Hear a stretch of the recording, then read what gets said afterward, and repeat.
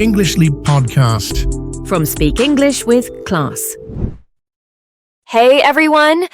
Welcome back to the English Leap Podcast, your go-to English podcast for learning English and growing through real life.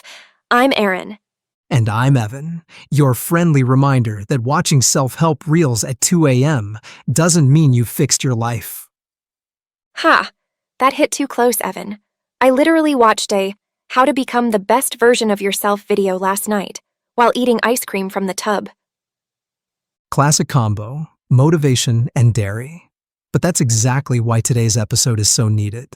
We're talking about why willpower and motivation aren't enough, and what actually helps you grow long-term. Yeah, because let's be honest, we all start with big energy. I'm gonna wake up at 5 a.m., journal, meditate, run a marathon, become fluent in English, save the planet. And by day 3, we're like, where's my charger? And why did I just watch 42 Instagram stories in a row? Right? And the worst part is, we start blaming ourselves. I guess I'm just lazy. But what if it's not laziness? Just a bad strategy? Exactly. In this episode, we're going to break down what actually works. Tiny daily actions, intention over willpower, and how to stretch your comfort zone instead of setting it on fire. Plus, if you've ever felt bad about not doing enough or being consistent, we promise. This one will feel like a deep breath. No pressure. Just real talk. And, of course, we've got our favorite Charlotte joining us later with some beautiful vocabulary to help you sound smart without using big words. So whether you're sipping tea, out for a walk, or folding that never-ending laundry, let's get into it.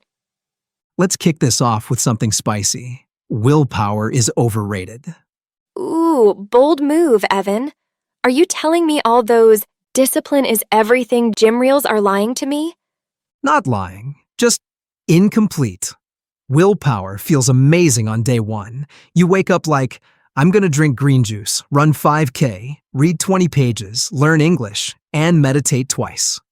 And then on day 3, you're drinking Coke, watching cat videos, and forgetting you even had goals. Yeah. And here's where so many English learners struggle. They get excited, buy a fancy course, start on day 1, and then disappear by day 5.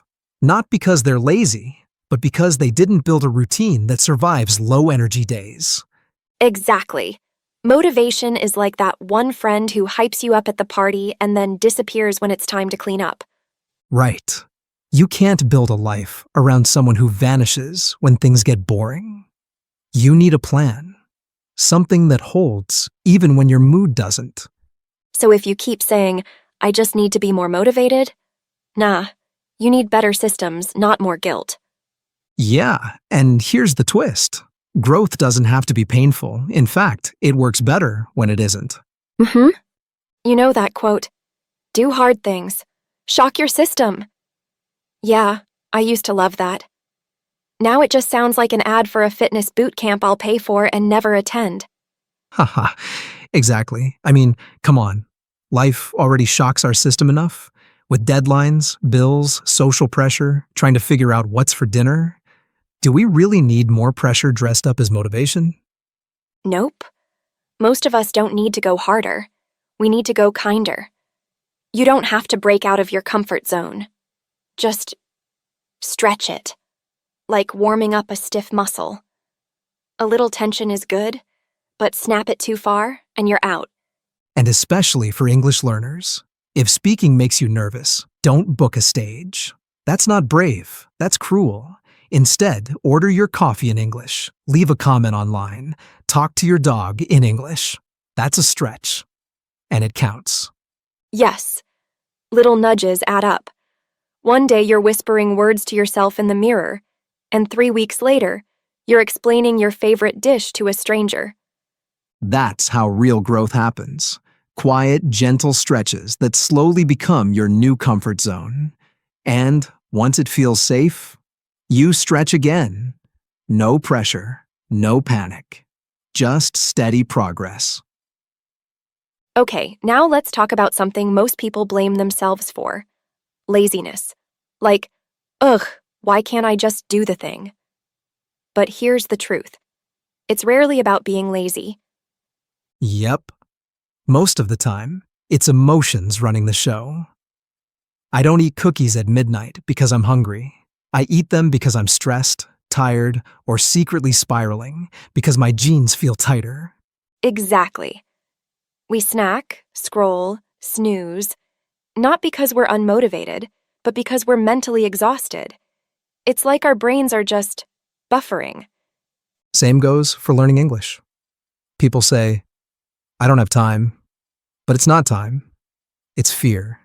Fear of messing up, sounding silly, or just feeling too drained to try. And here's the twist. Sometimes it's not stress or fear, it's boredom. That subtle sense of emptiness that makes you open Instagram for the 12th time and somehow still feel unsatisfied. Right? Laziness gets blamed, but boredom is the real villain hiding in plain sight. Because let's face it, writing vocab lists or practicing grammar isn't exactly thrilling. But that's where growth actually lives, in the quiet, not-so-exciting stuff, like brushing your teeth. You don't post about it, but skip it for a few days. Chaos. So if something feels boring, that doesn't mean it's useless. It might just be foundational, like reps at the gym, not flashy, but they build your strength.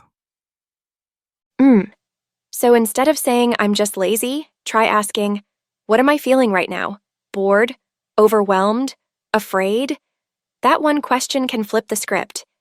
Because once you know the emotion, you stop fighting yourself and start working with yourself. And that's the difference between quitting and quietly continuing. And honestly, what makes it even harder to keep going quietly? The pressure to look like you're winning, especially on social media.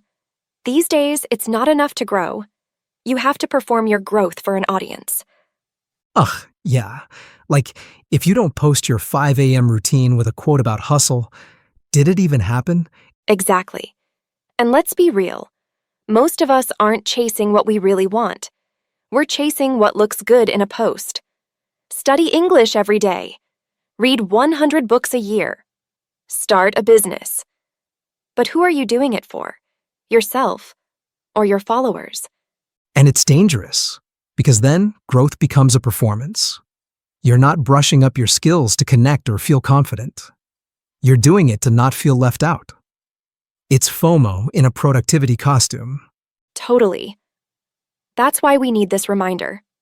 Build a lifestyle, not a highlight reel. Because real growth, the kind that actually sticks, isn't flashy. It's quiet. It's repetitive. It looks like journaling when no one's watching, or practicing English alone in your kitchen while you make eggs. Yeah, it's untagged, unposted, unfiltered. And that's what makes it powerful.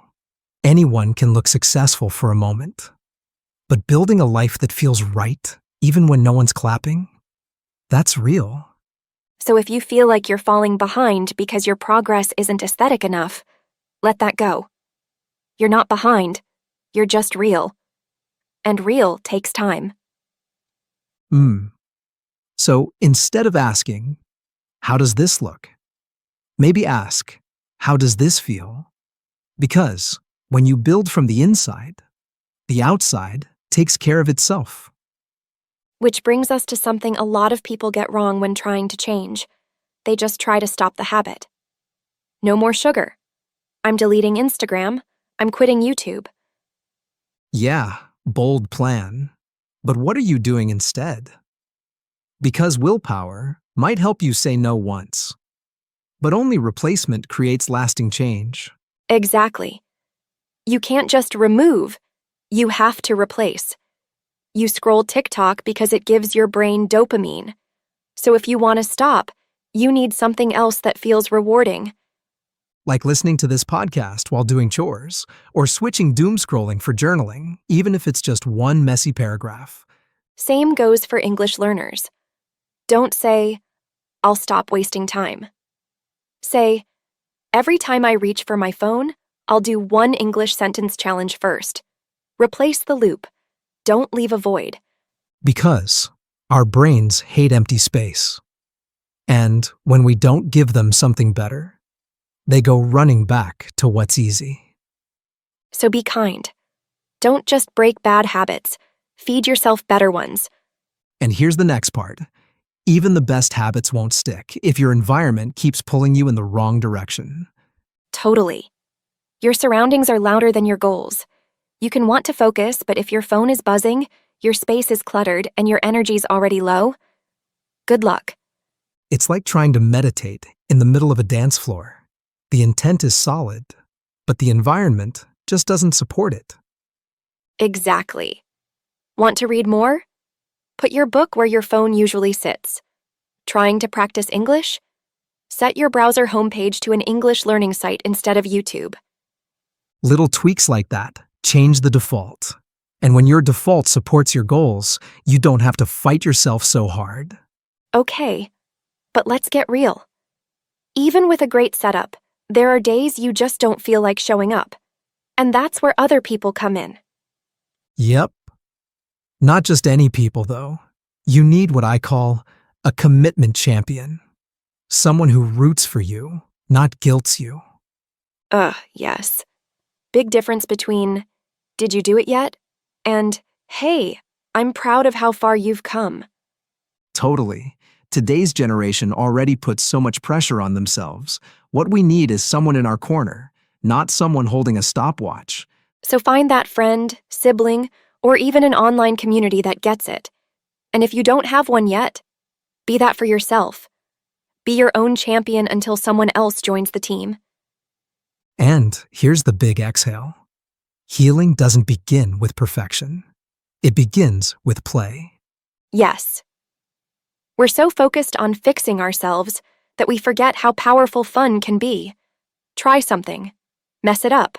Laugh. Try again. Learning English? Sing along to silly songs. Watch cartoons in English. Make mistakes on purpose. And celebrate them. That's growth too.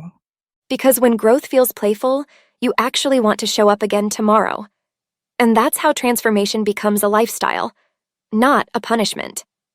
Take your life seriously, but don't take yourself too seriously. That's such a beautiful note to land on. Growth doesn't have to be heavy all the time. It can be light, playful, and even a little silly. Totally. And if you're still here listening, just know you're doing better than you think. One small shift at a time, it adds up. Speaking of small but powerful, it's time for our favorite segment to wrap things up. You know who's waiting. Yep. Let's hand it over to the one and only Charlotte. She's got some beautiful words from today's episode to help you sound wiser, calmer, and more confident in English. Yeah. Take it away, Charlotte. Hey again, it's Charlotte. Let's take a closer look at some powerful words and phrases from today's episode. These words will help you express everyday emotions and ideas more naturally in English. Overrated. When something is praised a lot but you feel it doesn't deserve the hype. Example: that new restaurant was totally overrated. The food looked good but it tasted so bland. Boot camp. An intense training program designed to push you hard, often used for fitness or learning. Example: she joined a coding boot camp to switch careers in just 3 months. Cruel. Very unkind or causing pain, either emotionally or physically. Example: it was cruel to laugh when he forgot his lines on stage. Nudge. A gentle push, physically or metaphorically.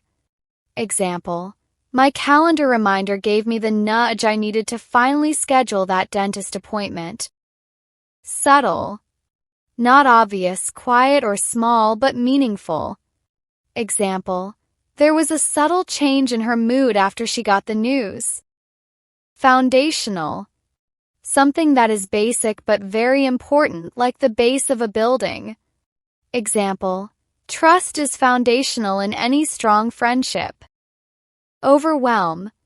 When you feel like there's too much happening, emotionally or mentally flooded. Example: he felt overwhelmed by the number of messages waiting for him after vacation. FOMO. stands for fear of missing out, the anxiety of not being part of something others are doing. Example: she said yes to 3 events in one night because her FOMO was kicking in hard. Aesthetic. Related to beauty or style, how something looks or feels visually. Example: her desk setup had a cozy aesthetic with plants and warm lighting. Doom scrolling. Endlessly scrolling through negative or mindless content, usually without realizing. Example: he lost an hour to doom scrolling news headlines before bed. Void. An empty space, physical or emotional. Example: after her dog passed away, there was a strange void in the house. That's it for today's vocabulary breakdown. Remember, don't just learn these words, try using them this week. Speak them. Write them. Make them yours. You're doing amazing. Now let's go back to Aaron and Evan. Thank you, Charlotte. As always, that was so beautifully explained. I feel like those words just clicked today. Totally. It's amazing how a few well-chosen words can change the way we think and speak. All right, friends, that brings us to the end of this episode. If today reminded you that slow growth is still growth, then we've done our job. Yep. Be kind to yourself. Swap pressure for progress. Stretch your limits, don't snap them, and above all, stop waiting to be perfect before you start. Thanks for hanging out with us today. And hey, if this episode made you laugh, think, or even breathe a little easier, share it with someone who might need it too. We'll catch you in the next one. Until then, keep leaping forward. Your progress doesn't end here. To continue advancing your English skills, click on the next video or explore the additional videos we've thoughtfully selected for you.